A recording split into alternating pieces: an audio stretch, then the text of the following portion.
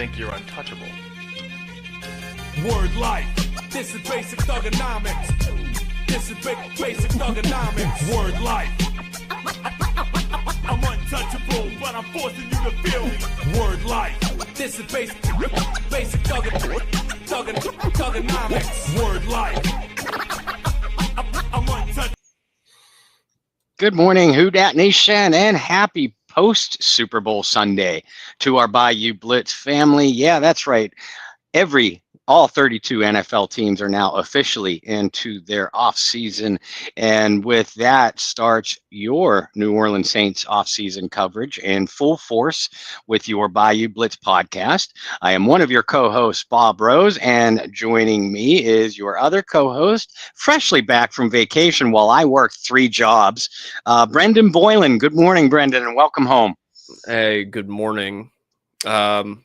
Sorry about the 3 jobs while I was on vacation. So am I. But vacation was good. As I told you, it's a little colder here than it is in Florida. I think that's most of the United States. Yeah. But I enjoyed the weather while I could. But now it's a little bit back to reality, and back to reality for the Saints too, as they start building out this kind of new era of Saints football. And that all starts under Kellen Moore, the newest member of the Who Dat Nation and head coach of the New Orleans Saints, the former offensive coordinator for the Super Bowl champion Philadelphia Eagles. He called a pretty impressive game. Yeah. I think that was one thing going into it that should leave Saints fans encouraged that on the biggest stage, he called a really good game. He wasn't afraid, particularly the deep shot to Devontae Smith to ice it, to just, have the guts to be like, you know what, let's just go ahead and put it out of reach. Those are all impressive things. But before we get too ahead of ourselves, Bob, this really wasn't a surprise to anybody. It had been reported for a couple weeks that he was the favorite, and then it kind of progressed from he's the favorite to barring anything, anything out of the ordinary, anything unexpected, any complications, I guess, if you want to throw that word in there too, that he was going to be hired as the head coach of the New Orleans Saints. So not a surprise to anybody, but we were joking before we went live. It's got to be a relief to a lot of fans, to the organization itself, to finally have a doctor in the building. We've used that analogy a lot. And the Saints finally have their doctor. He may not have any nurses. He might not have any assistants. He may not have any tools to perform surgery, but there is a doctor in the building. And what are your thoughts on Kellen Moore, the hire? I'll be honest, Brendan, he wasn't my first choice, not really even in my top 3. But as I tell different people, I'm not the one hiring. To all those fans that were, getting, impatient, and some of them to an ignorant degree, the Saints don't know what they're doing. Look, nobody wants to coach for this team, blah, blah, blah. You and I were saying all along, hey, look, this team clearly has their eye on at least one, if not more, candidates that are currently coaching playoff teams. And that turned out to be the case with Kellen Moore and a couple others. So you really, because of NFL rules, you could only have so much contact with Kellen Moore. And for what it's worth, folks, Dan Quinn was the last coach hired in last year's cycle. And Quinn took a Washington team that I thought was going to be a distant third in the NFC East to the conference championship game. Does that mean Kellen Moore is going to do the same? No. But I certainly believe that Kellen Moore is a capable coach. Whether he's a capable head coach or not, time will tell, because this is his first chance. He's not only the youngest coach in Saints franchise history, he's the youngest coach currently in the NFL. So, obviously with his first opportunity, you have to look, you can only really look back on his career as a coordinator. And he's been very successful wherever he's been. Not only very successful in Dallas, and even with limited pieces in with the Chargers last year, and obviously the Super Bowl title with the Eagles this year. Kellen Moore has shown me two things that I hold in the highest importance for a coach. A, he's able to maximize the talents of his star players, and he's done that in Dallas. He did that with the Chargers, and he most certainly did that with the Eagles. And B, he's able to adapt his, I don't know if I'd go as far as say coaching style, but he's certainly shown the ability to adapt his system to fit the talents of not only his stars, but being able to develop complementary weapons within his system as well. And those two things are the things that Who Dat Nation has been screaming about, that the Saints have not been able to do for the last several years. So at least on paper, you got the guy that should fit what you want to do going forward. He wasn't my number one either. You can go back a few weeks ago and kind of listen to my thoughts on what it would do to bring in a guy like Kellen Moore, or any young coach for that matter, to this team, and how I felt that they may be getting an unfair shot at it because of the lack of talent and the lack of, well, I don't know if we want to go that far, but the lack of competent thought at times from this front office. So I was leaning personally towards a more experienced guy. I used the term bridge coach a few times. A guy to kind of get you out of these like muddy waters. But Kellen Moore seems to have the full support of the front office, Gail Benson, which is good. Mm-hmm. It also sounds like Kellen Moore is going to have full control over maybe not the roster as a whole, but a lot of the key offensive pieces.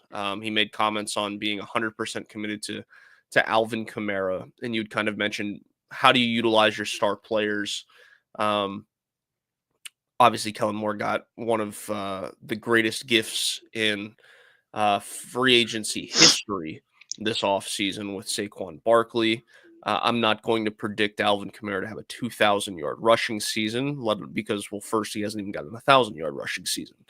But I do fully expect Kamara to be utilized a lot better than he has the last few years. I think that's one thing that a lot of us are excited about.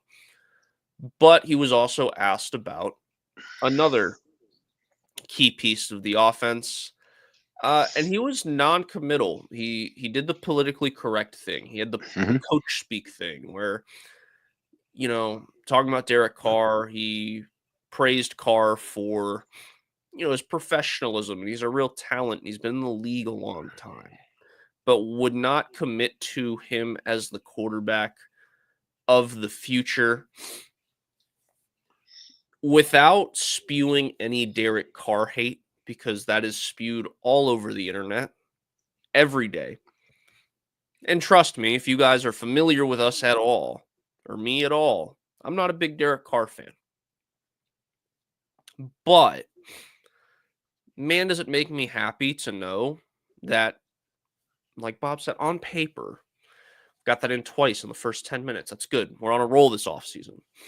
But on paper, it does appear that the Saints front office is going to let Kellen Moore pick who his quarterback's going to be. And that was one of the things very high on my list of concerns. Along with, keeping the staff, which they've already proven, hey, they're going to let Kellen Moore bring in his own staff as well. He's already started doing that. And we'll address some of the guys that have already been brought in. Some familiar faces. But which kind of made me chuckle because, myself along with other people want the ghost of Sean Payton out of New Orleans. And it's like the ghost of Sean Payton is like slowly coming out the door, but like the ghosts of other familiar faces are slowly creeping their way in. It's the haunted mansion. We just can't get rid of it. But I'm happy that all in all, it seems that Kellen Moore is going to have control of it. It's going to be interesting what the Saints choose to do and what Kellen Moore chooses to do with Derek Carr. Because if he's cut, you save $30 million. However, there may be trade value for Derek Carr as well. I don't know how much trade value, but there are going to be some teams that would certainly be interested and make the call and see what the asking price is. I don't want to speculate. I don't want to be throwing around questions this early and like, do you think Derek Carr is going to be the starting quarterback for the Saints? We're not going to do that. Not now. Plenty of time to do that in the future. But I'll ask you this, Bob. While I'm excited to see that Moore is going to have a lot of control here and be able to handpick his guys, where does that sit with you?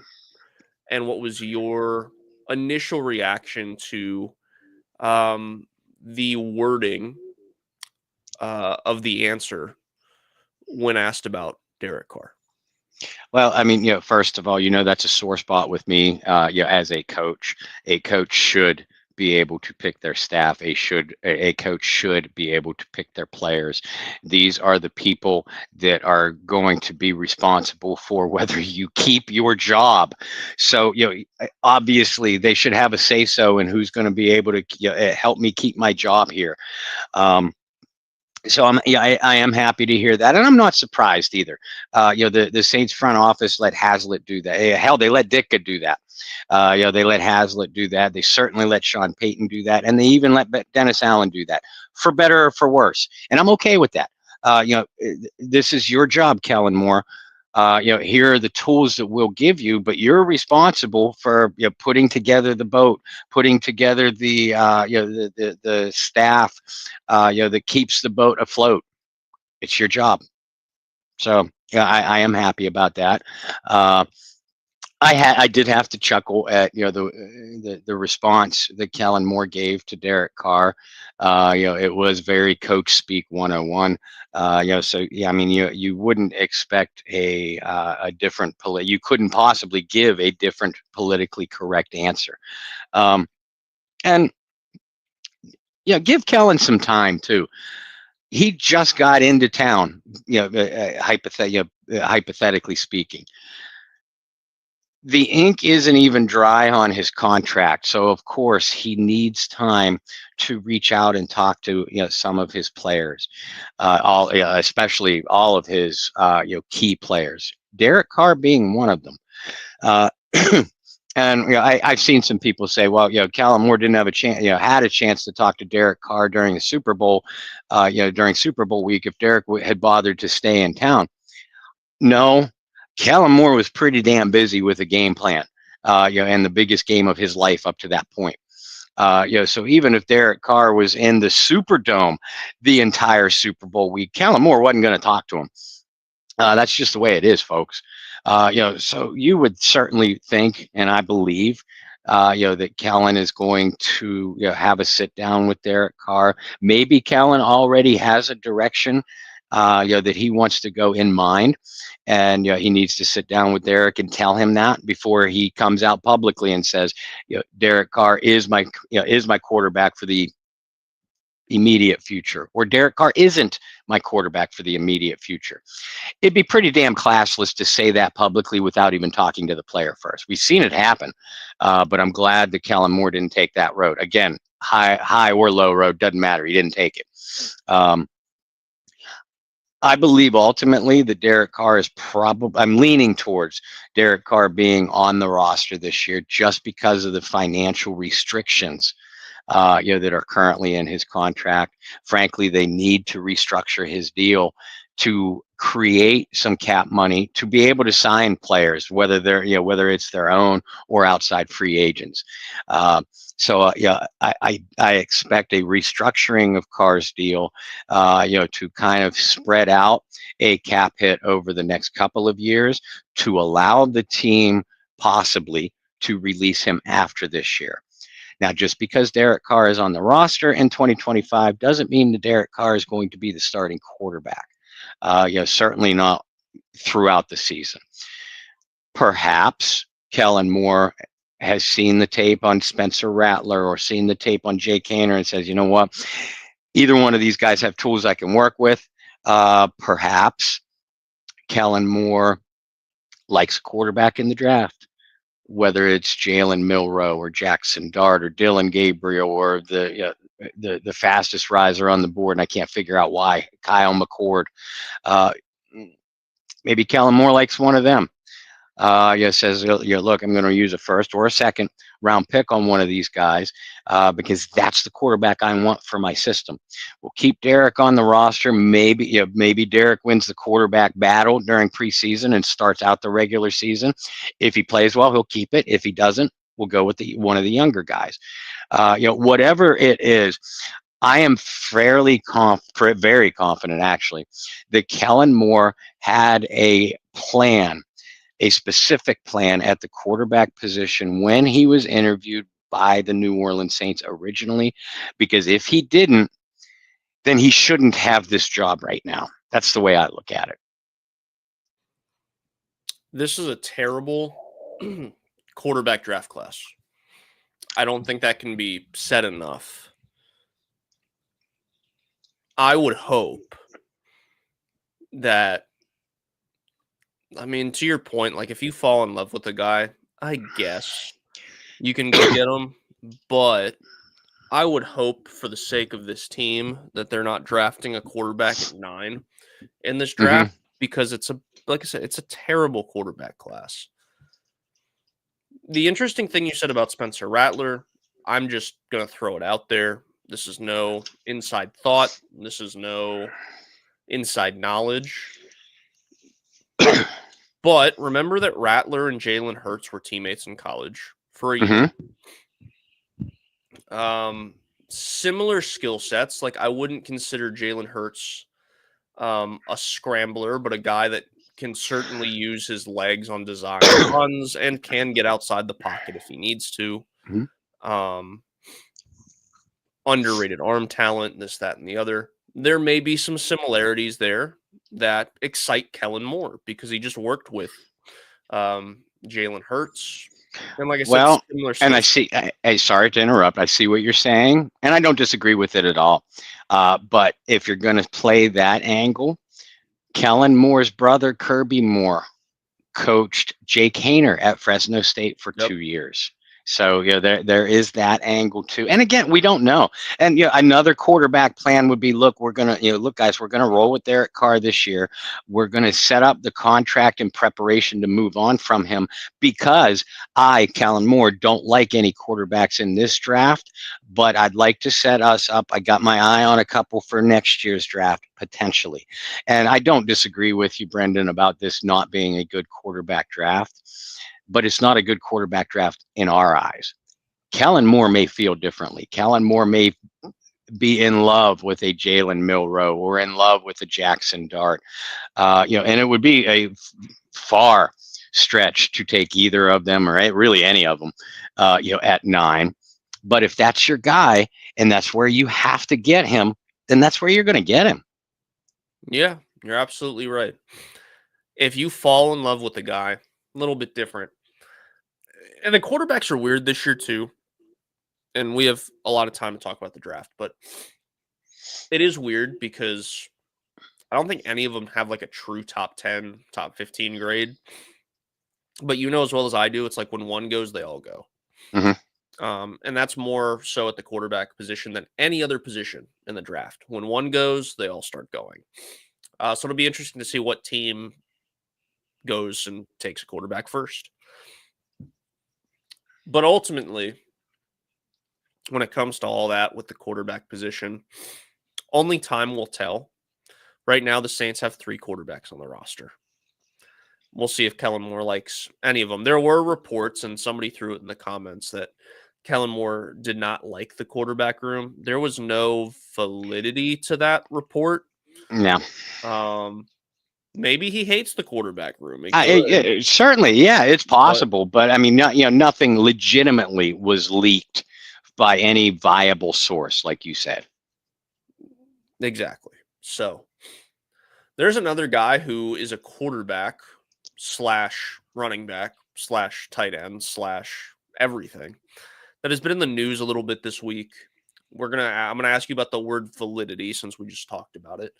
Rumors that Taysom Hill expected or could be cut by the Saints to save about $10 million in cap room. What are you hearing over there at Athlon? What is John Hendricks hearing? And how much validity is there to the reports that Taysom Hill could be off the roster? Well, I mean, Brendan, Bayou Blitz family, we're putting out the story because it is a story right now, and anything Taysom Hill related is obviously going to be a story. But as far as validity, it's no more than speculation. By different sources, most of them national, and it's interesting because the national sources that are saying that they expect Taysom Hill to be released are the same guys that were expecting Alvin Kamara to get traded, expecting Taysom Hill to be released last year, way back, not that far back, expecting Michael Thomas to be traded in Mike's prime, towards the end of Drew Brees' career, expecting Drew Brees to be traded. It's almost like they want the Saints to part with their star players, so that way they have less reason to cover them. That's my tinfoil hat theory. But there's no real validity to the reports, the speculative reports, that Taysom Hill is going to be designated a June 1st cut. Is it possible? Yeah, it is possible, and the team could save. It's $10 or $12 million in cap space this year if they did so. But folks, you look at it this way: you just brought in an offensive-minded guy to run your team.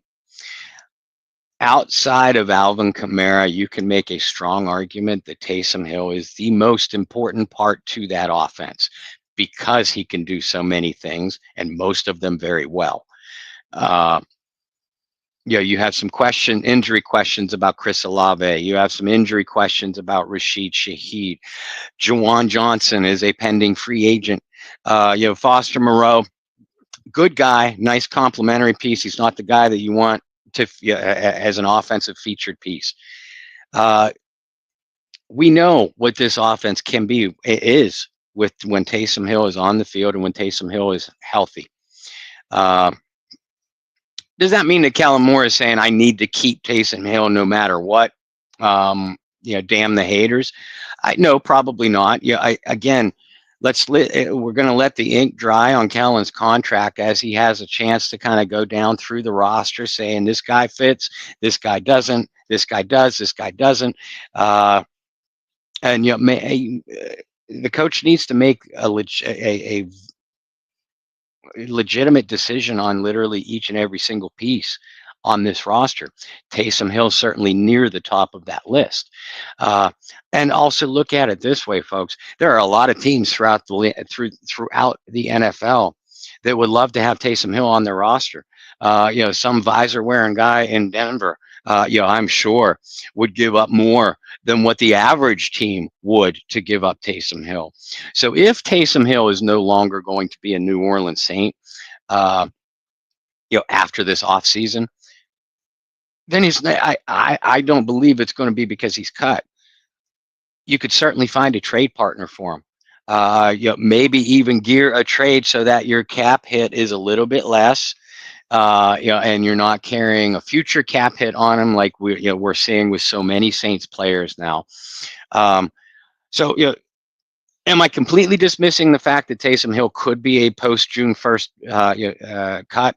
No, I'm not completely dismissing it, but anybody that's saying it is just either hopeful for whatever bizarre reason, or it's just throwing out speculation. They're going down, it's the wannabe cap experts that are going down the Saints contracts and saying, okay, this guy costs a lot of money, so the Saints could save this much by cutting him. That guy costs a lot of money, so the Saints could save this much by cutting him. Well, A, they're not looking at the dead cap hit. B, Kellen Moore still has to field a competitive team. Again, some Saints fans want this team to go 2-15 or whatever to get a top quarterback in next year's draft, parentheses Arch Manning, as I roll my eyes. Well, Kellen Moore's not thinking that. Kellen Moore wants the coach to keep his job. And the Saints aren't the type of organization, haven't been the type of organization to just give up on a guy after 1 year. But even with having said that, there's not a player or a coach in any professional sport that doesn't want to win.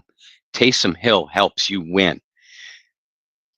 If you part with Taysom Hill, then you better have a plan to figure out how to replace him. I want to piggyback off what you said. I think with a lot of small market teams, like national media get in there and they're like, well, we have to put something out about this team. So let's speculate that they're going to move on from this person because of this and this person. And we've called them out before, so we'll just call them out again. Like Bleacher Report's one of the kings of that, of let's just write up a piece about how this team can move on from key player here because they're a small market. Let's make sure in this mock we send them to a bigger market and this, that, and the other. So, and the funny thing is when they do that, and it's not just with the Saints, it's with other stars off small market teams, they ultimately post or write or speak about the best landing spots for Taysom Hill. And where is it usually? New York, one of the New York teams, LA, Chicago, New England, Boston market, a big market team, as you were just kind of pointing at. It's never another small market team. And it's not just the Saints. It's not just the NFL. It's anything. It's always, well, let's just ship them to a big market team. It's never, there's another small market team that actually could use their skill set or actually make sense. It's like, no, this team should get every player that's ever been available ever. It really gets me, and given, what happened over the last 2 weeks with basketball in Los Angeles, but it's like, if Bleacher Report was correct, the Lakers want literally everybody. Literally anybody that could ever dribble a basketball is going to LA. And like you said, during the Belichick and Brady reign, it was like anybody and everybody's going to New England. So yeah, that's kind of where we're at. I think that's where we're going to be at with a lot of reports, especially the first few weeks here. Is anything that comes out, you got to kind of take it with a grain of salt because you don't know. You really don't know what Kellen Moore's thinking. You really don't know what the front office is thinking. And you're not really going to know until after the draft is over. Or maybe even during the draft is probably going to be your first indications when certain guys start coming off the board. I would say we might get a solid idea of at least the direction this team wants to head as we head in the final week leading up to free agency and then early on in free agency by the moves that the team does not make or some of the ones that do, because we're talking about, and I don't want to delve deep into this morning, but the in-house guys, in-house free agents, Juwan Johnson, Paulson Adebo, Chase Young. I feel like I'm missing a fairly big piece here. But do you bring any of those guys back? Will Harris. What cap cutting moves do you make? Is it Taysom Hill? Is it Derek Carr? Is it Tyrann Mathieu? Do you move on from a veteran that maybe doesn't fit your system? depending on the defensive coordinator hire, a Carl Granderson, a Pete Werner. I can't see Pete Werner is the kind of guy that would fit in any system. But yeah, you see where I'm going with this, and I think that we will get at least a solid direction, a solid idea of the direction that this team wants to head, at least initially, in the week leading up to free agency, because that's when you're going to start seeing these moves. Saints cut, blah blah. Saints re-sign, blah blah. Saints don't extend, blah blah.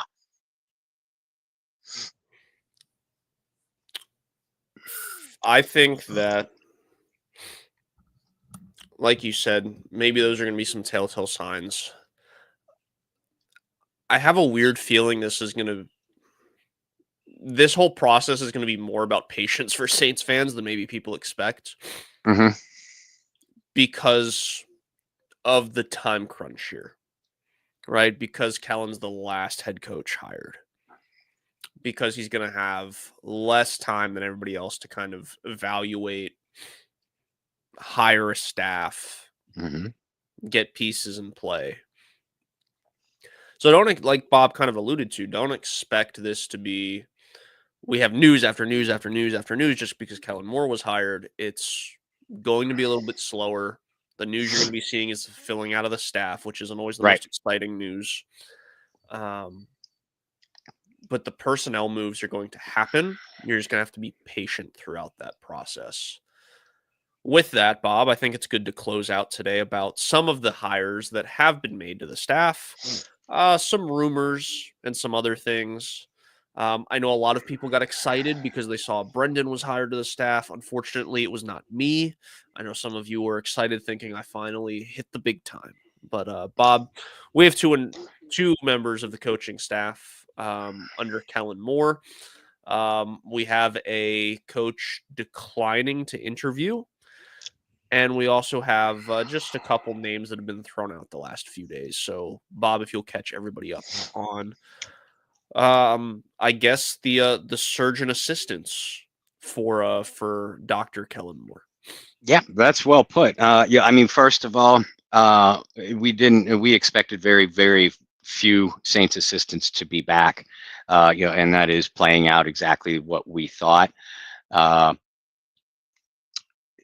Gary Kubiak, Andrew Janako, John Benton, and I believe now Rick Dennison, all now with the Seattle Seahawks.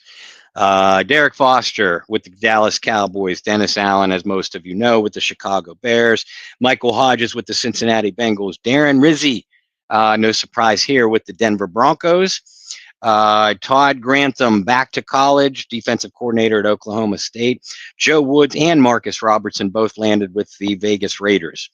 Obviously, those were all former Saints assistants or head coach in DA's case. One assistant that was retained on Kellen Moore's new staff is wide receiver coach Keith Williams. Now, I like Keith as a coach, but I'm a little bit surprised by this move because we know what Olave and Shaheed could do. We know what kind of season they were off to last year. But once they got hurt, outside of some moments from Valdez-Scantling, the receiving corps did nothing, less than nothing. So I'm interested to see if Keith Williams can show this staff why they decided to retain him. The other hires, offensive line coach Brendan Nugent, worked with Kellen Moore with the Chargers, but Brendan returns to the Saints. He was on Sean Payton's staff from, I believe it was 2016 through Sean's last year in 2021. So, the ghost of Sean Payton, as you were referring to, didn't quite completely leave yet. Don't know if we need to call an exorcism or not yet, but Nugent is a respected younger offensive line coach. So congratulations on him returning. And another familiar name hired onto Kellen Moore's staff is a new tight ends coach, Chase Hazlitt. The last name may be familiar. Son of former New Orleans Saints coach who preceded Sean Payton, Jim Hazlitt. So that's kind of an interesting hire. The senior offensive assistant role has yet to be filled. So with Chase on board, Maybe a return to Jim. I don't know. This is me being Bleacher Report-ish here. I'm not saying I expect it. I am just throwing out a name here that would be an interesting pairing.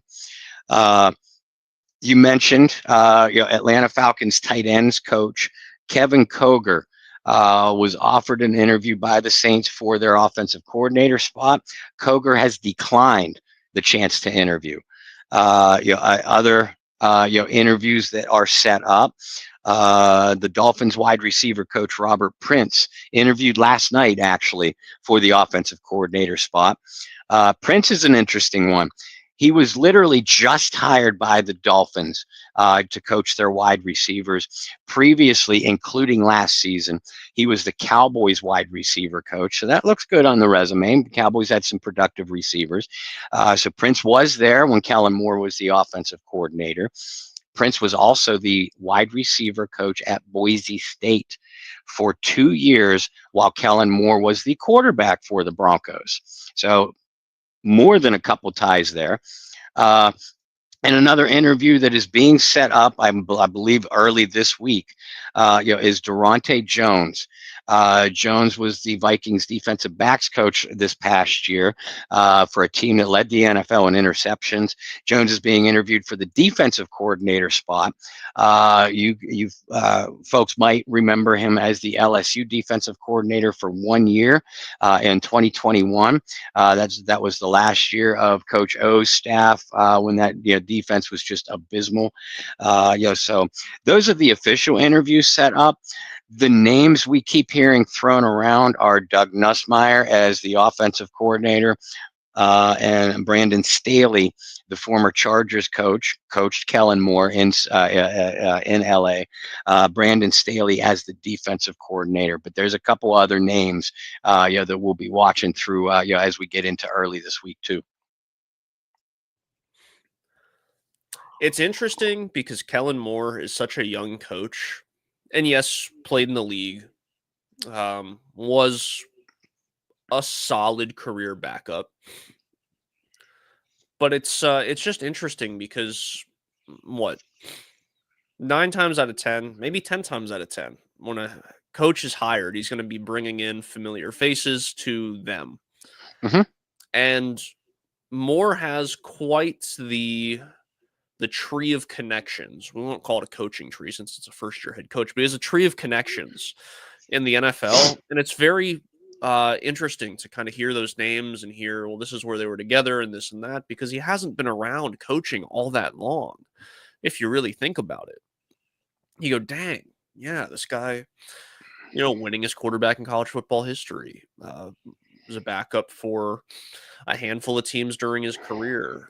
And very quickly got into coaching, right? Like finished up his career and then was immediately hired as the quarterback's coach in Dallas and then promoted and this and that. Great rise for him. Good for him. And congratulations to him for getting the job as the head coach of the Saints. But just really interesting to hear the type of connections he has to some other younger coaches and then some very veteran coaches as well. I'm interested to see how the staff gets filled out. I expect it to happen pretty quickly. Yeah. Because of the time crunch that I've already alluded to. But again, it'll be interesting to see what he decides to do with his staff. Well, Bob, for me being on vacation for about a week and us not talking to the people for a week, I think we've caught just about everybody up on what's been going on for this week. And if you forgot anything, or if you people want to dig any deeper into some of the news, Bob's got a new gig. Bob's at a new site. I know a lot of you have already started following and reading Bob's work over at Athlon, but I will leave it to Bob to tell you where you can find him and John Hendricks and their work now that they are on. I guess you guys went on your own little free agency tour. It wasn't a very long one, but Bob and John's new venture, we're excited for it. But Bob, where can people follow you and your new venture covering the New Orleans Saints? Well, I mean, first of all, I will continue to post articles on my personal social media pages, which is Bob Rose on Facebook, at Bobby R 2613 over on the X Twitter. But as you said, Brendan, John Hendricks and I are now at Athlon Sports, and the specific name to the site is Inside the Saints at Athlon Sports. So if you just, very similar to the previous site that we worked at, if you just go on to Athlon Sports, sift through the site, pick the New Orleans Saints, boom, there's John Hendricks and there's Bob Rose. So make sure that you follow both of us, hopefully both personally and professionally. John and I have been cranking out the pieces like crazy. We're having a blast doing it. We love working together. Have done so for years now. John's carrying the heavy load this week because I'm carrying I'm pulling in a total of about 20 hours between Saturday and Sunday at Jared for a little bit extra cash. You folks need to read more of my stuff so that way I can make more money. So that way I have to work second and third jobs less, by the way. That's just a personal plea.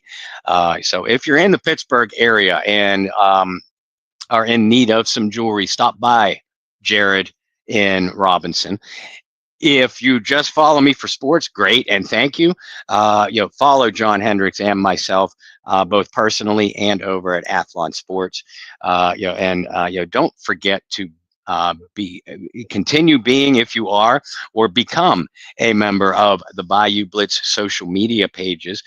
Brendan will tell you about our Twitter page and our YouTube page in a minute, but the Bayou Blitz Facebook page and the Bayou Blitz in general, we're very proud to continue to be a part of promoting the original Go Black and Gold charity fan cruise, now in its 11th year.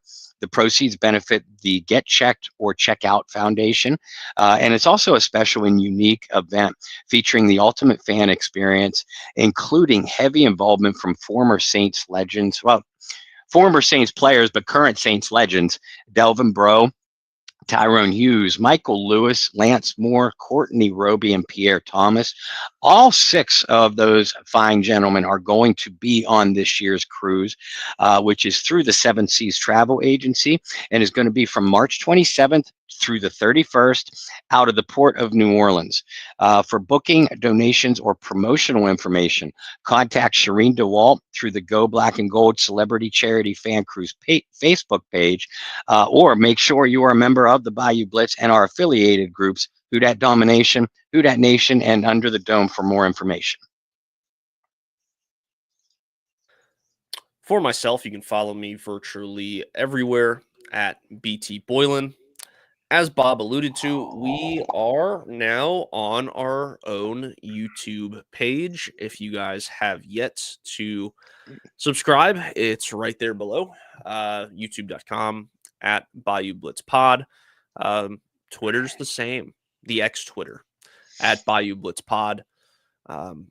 We're excited. Let's be honest. The Saints haven't been good in a while. There hasn't been a whole lot there's been a lot to talk about, but there hasn't been a whole lot of excitement outside of those first 2 weeks of this past season. But with a new head coach, new direction, new philosophies, all that stuff, there is some buzz in the air and excitement for what's to come. We're excited to continue to bring that to you. And Bob and I will be back for our regularly scheduled programming on Wednesday to talk some more with you guys regarding the New Orleans Saints. Oh, John Butler. This is a good one, Bob. We might have to incorporate this. He wants live stream interviews from the cruise. I will do my best. Remember, these guys are on vacation too. So I don't, and Shireen has gone out of her way. When her and I have talked, and she says, hey, I don't want you to think that you have to work on this cruise. And I said, yeah, I said, and I appreciate that, but it's kind of the nature of who I am too. So I know I'm going to give you guys something, how much, depends on how much extra fun. And, when I say extra fun, I'm picturing me and Ty in the, in the cruise lounge after hours. But yeah, I know I'm going to give you guys something from there, and I'm excited. I want live stream volleyball tournament. That's what I want. I want the camera set up somewhere where I can watch Bob, relive the glory days and just go full beast mode. Brendan, my ball control is still there. My vision is still there. I don't have any pop in my legs anymore. That 40-inch vertical leap in my prime is probably less than half that. I was just goofing around the other day, and I was like, oh my God, I'm old. So I don't know if you'll see beast mode, but we'll see. We'll see what happens. Baby bear mode. I don't know. Slow moving fierce predator. Angry senior dog mode. Angry senior dog. What's the size of the dog? Because there's some angry senior dogs that are terrifying, and there's some angry senior dogs that it's just like, and you just kind of move your foot at them, and they whimper in fear. All right. Well, guys, thanks so much for tuning in to a special Sunday morning edition of the Bayou Blitz podcast. Make sure to follow us over on Facebook, join the Facebook group, give us a follow on Twitter, subscribe on YouTube, and also follow, download, subscribe on Spotify, Apple Pods, or wherever you get your podcasts. Bob and I will be back on Wednesday. And until then, find some peace, spread love, practice positivity. And thanks for tuning in to the Bayou Blitz. See you on Wednesday.